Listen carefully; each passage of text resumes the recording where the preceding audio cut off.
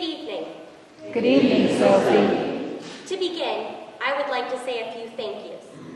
Thank you to all of the amazing teachers who have guided me every step of the way.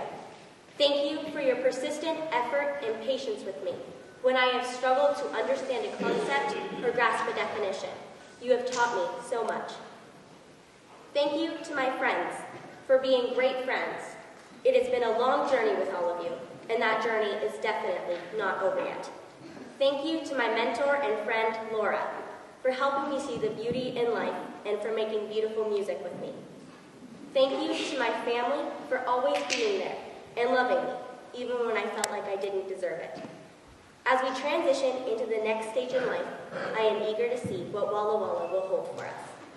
And I thank God, who has blessed me with so many wonderful people in my life and so many opportunities. On a Tuesday morning, a few weeks ago, my alarm went off at 6:30. I was so tired that I hit the snooze button and went right back to sleep. Not the first time I've done that. After a few minutes, the alarm went off again, but I couldn't imagine getting up. Unfortunately, I had planned on riding my bike to school that morning, knowing that it was going to be 70 degrees.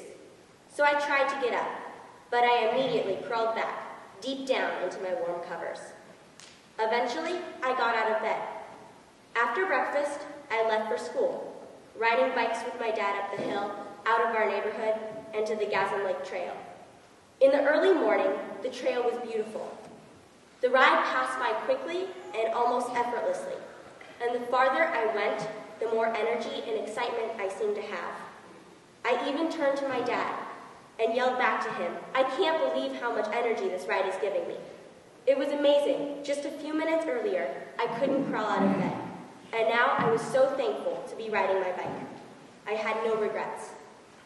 As I thought more about my ride that day, I began to compare it with other experiences throughout my years at Carden. For example, I recalled something similar when I had been studying for a test one Thursday night. I was tired and started to feel that there was no way I could do the test, no way I could succeed. And then it got really bad, and I started thinking that there was no way I could get anywhere in life. But this was just one test. The only thing I had to do was take this studying process one step at a time. Just like when I rode my bike and had to take the first step by getting out of bed. For my test, I just needed to take the first step and start to study by rereading my history notes. And eventually, I would finish. I think about these experiences now and realize that the only way that I completed any of my reports, studying, and tasks was I just started. I started with one task and everything fell into place. It's like a puzzle. I have learned that it helps so much to look at a report or a test as one puzzle piece and not try to complete the whole puzzle at once.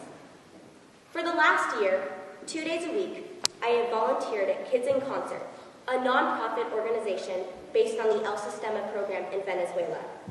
The program's focus is to transform children's lives through music. One of the younger students, Ezekiel, was extremely nervous and shy in the beginning of this school year. During every class, he would spend his time curled up underneath a chair. We encouraged him to come and participate in class, but it took a long time before he was willing to venture out. That was his first step. Then he learned how to hold the violin, and he learned how to stand. Then he learned how to play one note, and then two, and so on. Today, just a few months later, he has made immense progress. He has worked hard and now is able to play a few simple songs. We took this a step at a time, and he has been transformed with support and help. For Zeke, there were many steps to success. This was not a one-day transformation. It was hard for him, and it took a lot of patience from his mentors. But now, looking back on the whole story, I relate with his experience and am once again reminded that the only way to accomplish goals is to take them one step at a time. Thank you.